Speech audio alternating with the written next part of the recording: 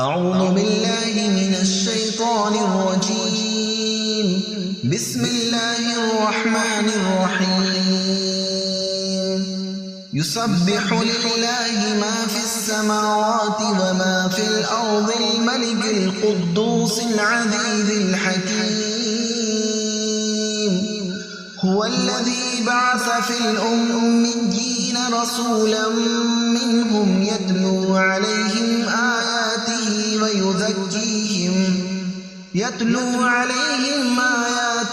ويزكيهم ويعلمهم الكتاب والحكمة وإن كانوا من قبل لفي ضلال مبين.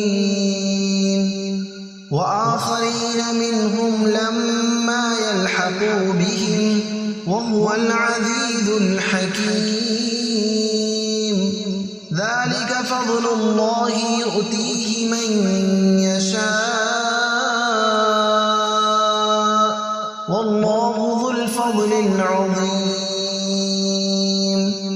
مثل الذين حملوا التوراة ثم لم يحملوها كمثل الحمار يحمل أسفارا بئس مثل القوم الذين كذبوا بآيات الله والله لا يهدي القوم الظالمين.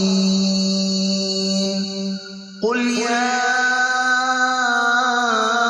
أيها الذين هادوا إن زعمتم أنكم أولياء لله من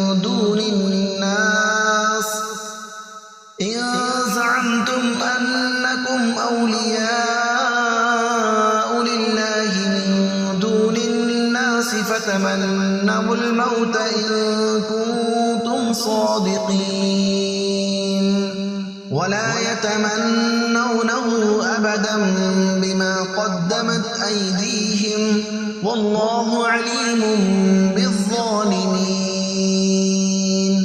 قل إن الموت الذي تفرون منه فإنه ملاقيكم ثم تردون إلى عالم الغيب